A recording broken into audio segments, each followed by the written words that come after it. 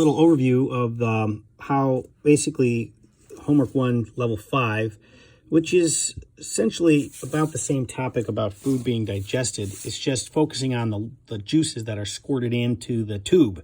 One of those key parts of the juice are these things called enzymes. And so you're going to read this about particular enzymes, and there's this basic idea that glands are the things that make enzymes. They're little structures in the body, and they make this liquid, these different kinds of liquids. So you'll do that reading to find out about those glands. And this talks about how the glands help the food being digested. So there's two major places where this happens, and there's different kinds of glands, and it starts naming the enzymes that are used. So you sort of start paying attention to that. And this just goes into some more detail about it. This is one of the most interesting parts, I think, of the stomach digestion is this idea of the hydrochloric acid. So I'm going to provide a link on the challenge page about this, because there's an interesting way this was discovered. But that's basically, again, the whole purpose of this is to break big molecules, big food bits into small bits, or big molecules into small molecules.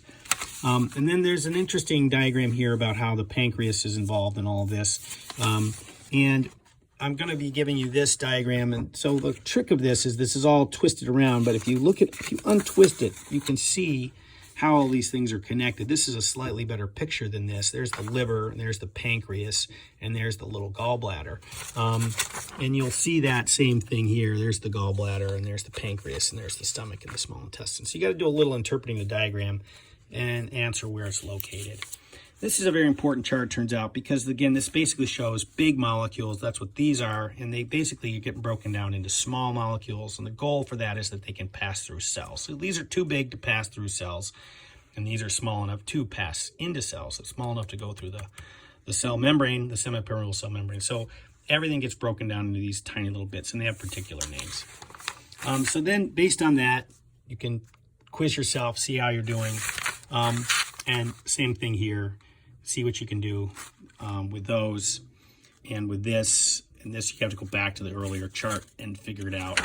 I added this. This was actually not part of the assignment. You can tell that by the page number. This is from another section, but proteins turn out to be really important. We'll talk more about those when we get to genetics, and I thought you should know a little bit about the fact that these things are sometimes modeled this way. These amino acids are these pieces. These are like the smaller molecules. And then what basically a protein is, it takes those small molecules and links them together to make these larger molecules. And one of the things that makes proteins so interesting is there are 20 different shapes of amino acids, and then you can put them in any order, and you can start to see what a large variety of proteins you can make with that, just with this number. And it turns out that some of these things are 100,000 amino acids long. So the variety of structures you can build with this is crazy. So with 20, think of these as 20 different Lego blocks, and you can build, how many different Lego structures could you build if you could build them as large as 100,000 Lego structure, size structure.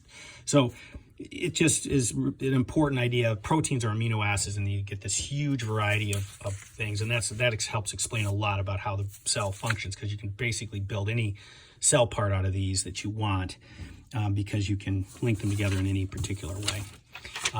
So hopefully that helps you do a little work on the level 5 piece.